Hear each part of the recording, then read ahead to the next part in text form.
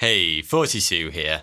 On Thursday the 24th of February 2022, Russia invaded Ukraine, bringing conflict to Europe on a scale that hadn't been seen since the Second World War.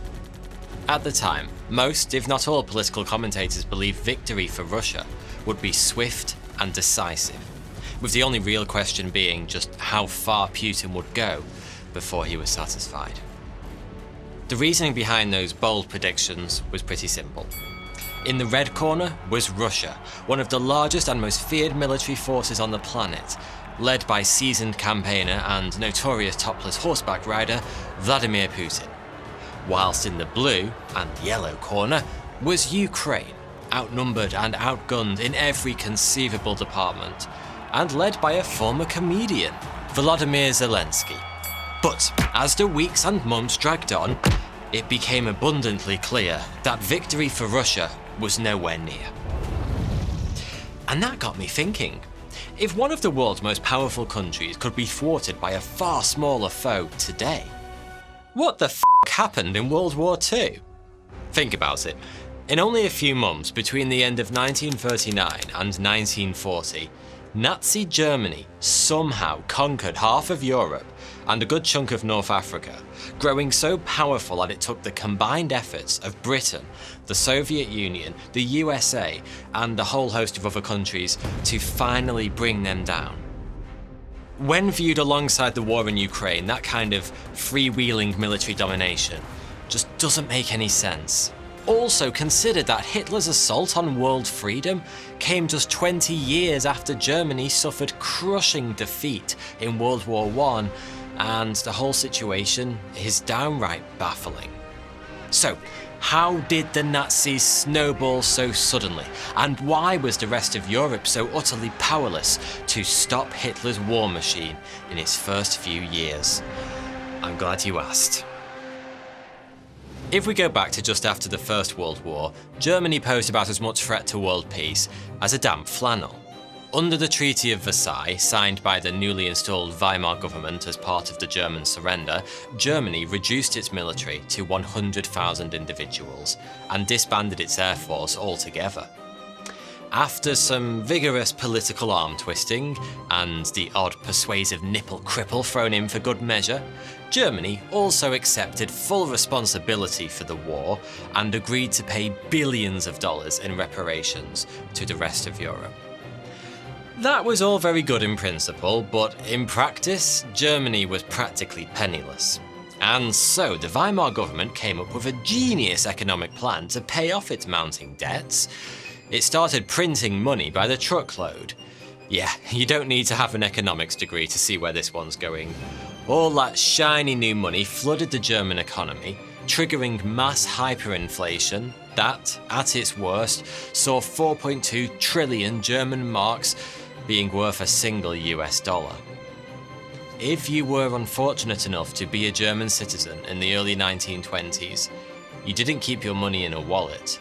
You needed a wheelbarrow. Like, literally, people actually did that. By 1924, the German economy was on the floor. Industrial output was at an all-time low, and widespread food shortages left millions on the point of starvation. But just when the fields were fully fallow, help came from an unlikely fellow. The United States, a country with which Germany had been at war just 6 years before. Under what became known as the Dawes Plan, Germany borrowed huge sums of money from American banks to fund a booming cultural and economic recovery in the mid to late 1920s. Now, running your country on foreign credit might sound a bit risky, but the Weimar government wasn't worried. They were borrowing from America, the wealthiest, most stable country in the world. What could possibly go wrong? As it happens, that question had a three-word answer: the Great Depression. That little clusterfuck hit the US markets in the summer of 1929, and Germany suddenly found that those lovely American bankers who'd been giving them so much money over the previous 5 years were no longer picking up the phone. So, to sum it all up, by 1930, Germany was basically broke, bereft of allies, and barely the army to battle a beehive. And yet, fewer than 10 years later, they would kick off World War II, having somehow transformed themselves into a world superpower with the most feared army in all of Europe. When you say it like that, such a transformation sounds literally impossible. There simply wasn't enough time. And granted, that's completely true. But it turns out the first seeds of recovery had been planted more than a decade before the Great Depression even began. You see, ever since the Treaty of Versailles, way back in 1919, Germany had been secretly rebuilding its military capabilities. Under the Weimar government, the German police force was quietly given training and equipment of a distinctly military nature. Paramilitary groups were allowed to grow unhindered into what soon became small private armies, and money was discreetly funneled into the research of forbidden military technologies. At the same time, state-sponsored clubs started popping up all over the country. Publicly, they were perfectly innocent. Sports teams, youth programs, aviation clubs, that sort of thing. But privately, they were little more than military training camps in which potential leaders were being picked and future Luftwaffe pilots were primed. An entire generation of Germans was being readied for war behind closed doors. As per the Treaty of Versailles, this was all totally illegal. So these efforts had to be hidden from the international community, and that did impose a kind of natural limit on German rearmament. But the arrival of the Great Depression dealt fiscal death to the Weimar Republic, and it's safe to say that the bloke who took their place didn't overly concern himself with the opinions of Europe. You might have heard of him actually. He went by Adolf. And when he consolidated power in Germany in 1933, he was well and truly tired of the Treaty of Versailles. In fact, he planned to tear that document into neat little squares so he could wipe his arse with it. During the mid to late 1930s, Hitler kicked off the biggest industrial expansion in Germany's history as he tuned the economy in its entirety towards a single end: war. Every man, woman and child with a functional body was put to work for the greater good.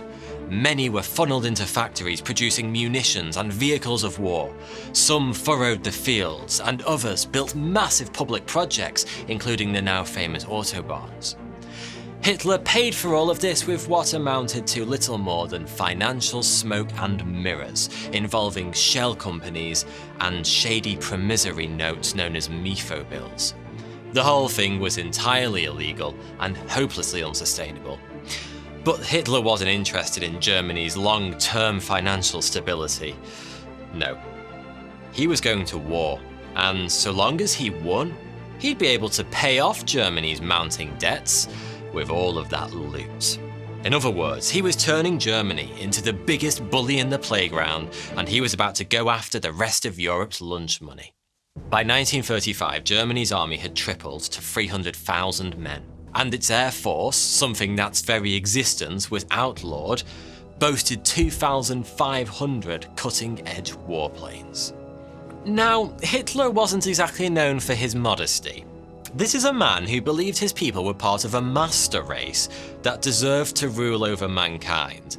And so he simply couldn't resist showing off his shiny new army to the rest of the world at what he dubbed the Freedom to Rearm Rally. Publicly admitting to breaking the treaty was a risky move, but Hitler had come up with a nifty little excuse. He claimed he was rearming as a purely defensive measure, and that by doing so he wasn't threatening European peace, but actually helping to maintain it. That might sound ridiculous, but what happened next was downright insane. People actually believed him. Looking back with the benefit of hindsight, it's hard to say exactly why that was. Perhaps Europe's other political leaders simply underestimated just how dangerous Germany was becoming under Hitler. Or maybe they were too wary of rocking the boat for fear of plunging the world back into war. But no, Hitler put on a literal f***ing military parade to shout about his giant illegal army, and the rest of the world simply rolled over, which only served to make the man with the tiny mustache even bolder. By 1939, on the cusp of the biggest war in history, all those years of fevered preparation had borne lethal and abundant fruit. Hitler's army contained more than 4 million soldiers, and his power was absolute. But that alone doesn't entirely explain why Germany was such a juggernaut in the first 2 years of the war. Hitler may have commanded a stronger army than any of his enemies in a one-to-one comparison, but World War II wasn't a singles match. It wasn't even a tag team. It was a Royal Rumble involving more than 50 countries, and the combined forces of the Allies far outnumbered those of the Axis powers from day one. Well, actually, day two. When Hitler fired the World War II starting pistol by invading Poland, it took Britain and France 2 days to decide that might be a problem and declare war.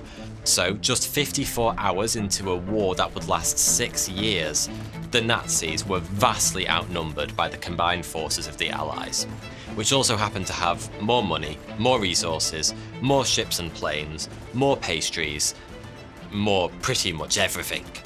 And yet, we've all read the history books. During the early part of the war, this apparent underdog tore through Europe like a genetically enhanced pit bull. In just 19 months, Hitler successfully invaded Poland, Denmark, Norway, Belgium, the Netherlands, Luxembourg, France, Yugoslavia, and Greece, with the Allies powerless to stop him.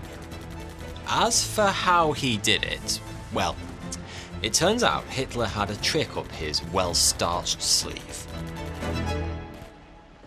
Just 21 years separated the end of the First World War and the start of the Second.